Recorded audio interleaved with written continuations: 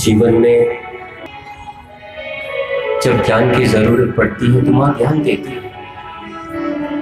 माँ ने ऐसे लोगों को ज्ञान दिया है जिसको दुनिया ने कह दिया था कि इसे कभी ज्ञान या सामान्य बुद्धि की प्राप्त नहीं होगी। कालिदास जी महाराज एक छोटे से स्कूल में चपरासी का काम करते थे। छोटा सा गांव का स्कूल था। झाड़ू पोछा लगाना, बच्चों को संभालना, यही काम था उनका। लेकिन एक काम करते थे वो, नदी के उस पार मां काली का मंदिर हुआ करता था।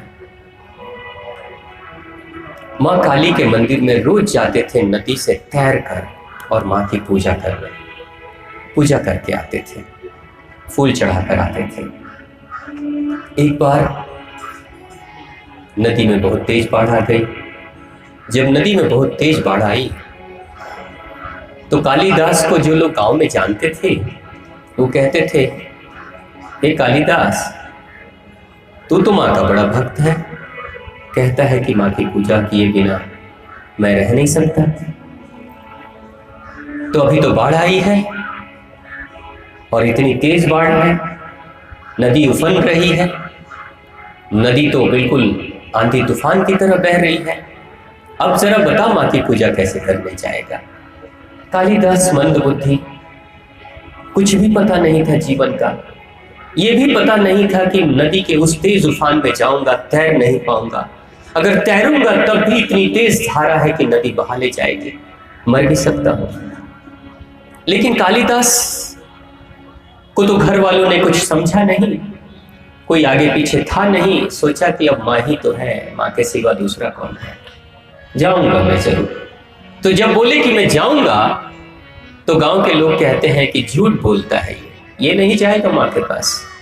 माँ के पास इस उफनती हुई नदी से नहीं जाएगा, इधर उधर से घूम के चला आएगा और कहेगा कि माँ की पूजा करके आ गया। तो जब गांव के लोगों ने कहा था, सुनो, अगर तुम सच में माँ के भक्त हो और माँ के दरबार में जाते हो पूजा करने, तुम कहते हो रोज पूजा करने जाते हो इस उफनती हुई नदी में, तो हमें प्रमाण चाहिए कि नदी की धारा से पार करते हुए जब नदी के उस पार तुम जाते हो, माँ की पूजा करने जाते हो, तो हमें उसका प्रमाण चाहिए। कालिदास जी कहते हैं, क्या प्रमाण दूं मैं तुम्हें, क्या चाहिए आपको? जय मां। क्या प्रमाण आप लेना चाहते हो?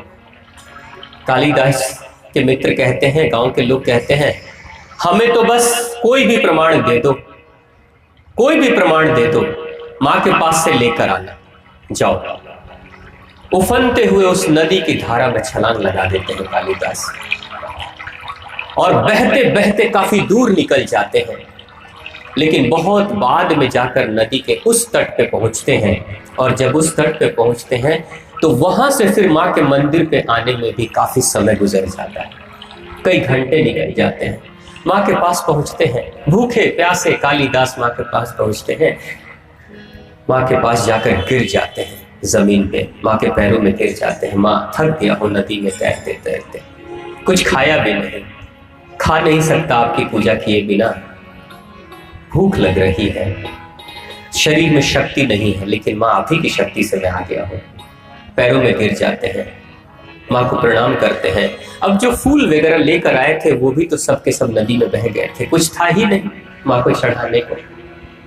मां के पास बैठते हैं और मां से बार बार रो रो के कहते हैं, मां देखो ना, मैं आपकी पूजा करने आता हूं, मेरे गांव के लोग कहते हैं कि मैं झूठ बोलता हूं, मैं आपके पास नहीं आता हूं, और सभी कहते हैं कि मां तुमसे प्रसन्न नहीं रहती है, और मां तुम मां के भक्त नहीं हो, ऐसा कहते हैं। मां, अब बताओ ये प्रमाण मैं क्या दूं, लोग मेरा मजाक उड़ाते हैं।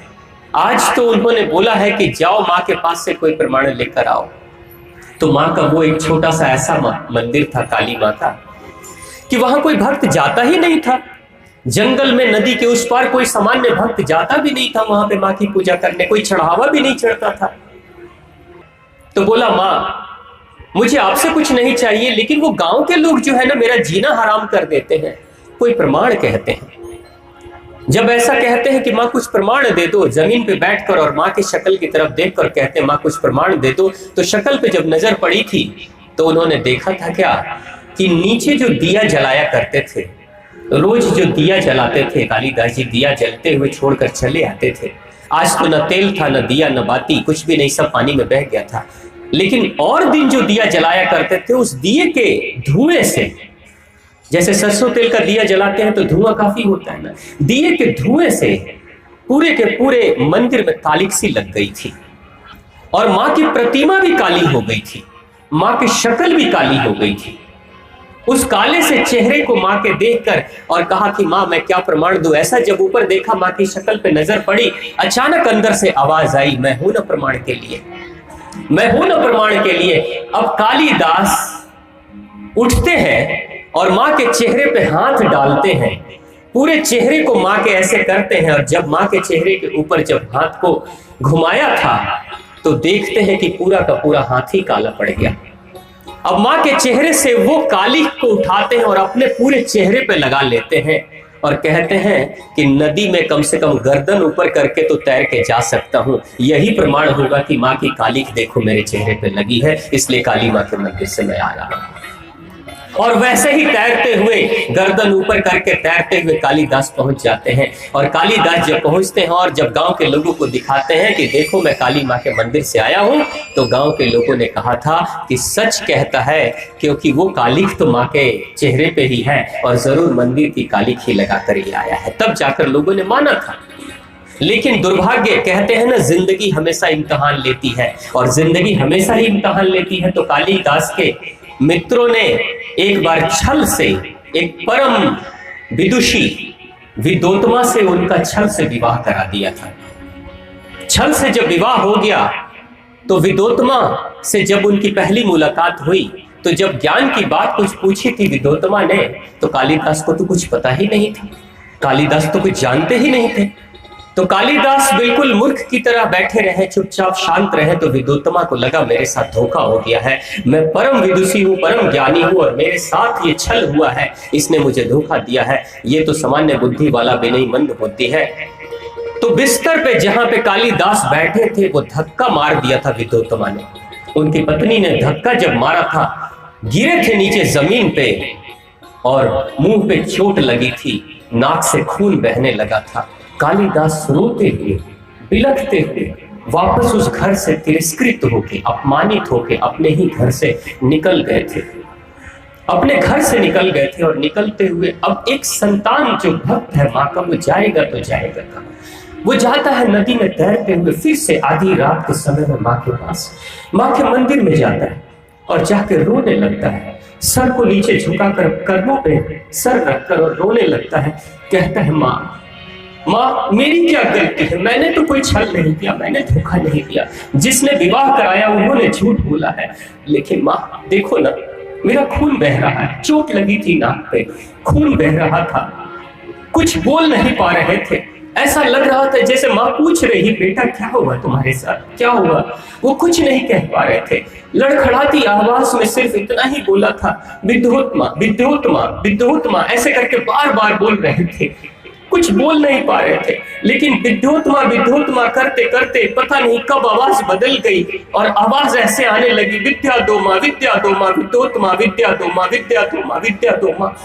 माँ ने आशीर्वाद की वर्षा किया था, माँ साक्षात सामने प्रकट हो गई थी और माँ ने कहा था, सुन मेरे पुत्र, जा तू, तेरी दुनिया कहती है कि तू मंद बुद्धि है, जा जिस स्कूल में चपरासी का काम करता है चले जा, उस स्कूल के वाचनालय में जितनी किताबें होंगी रात भर में सारे पन्ने पलट देना, तू चला जा।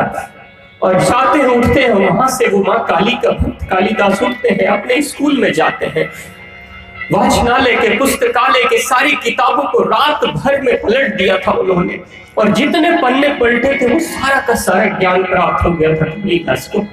जिंदगी बदल गई थी कालिदास की, लेकिन कालिदास को भी पता नहीं चला कि मैं एक सामान्य सा इंसान आज बदल चुका हूं, मैं परम ज्ञानी बन चुका हूं, मुझे भी, उनको भी पता नहीं चला, लेकिन परम ज्ञान रात भर में प्राप्ति हो गई थी। आज वो विद्योत्मा जिसने धक्के मारा था उससे भी परम विद्वान हो गए थे कालिदास।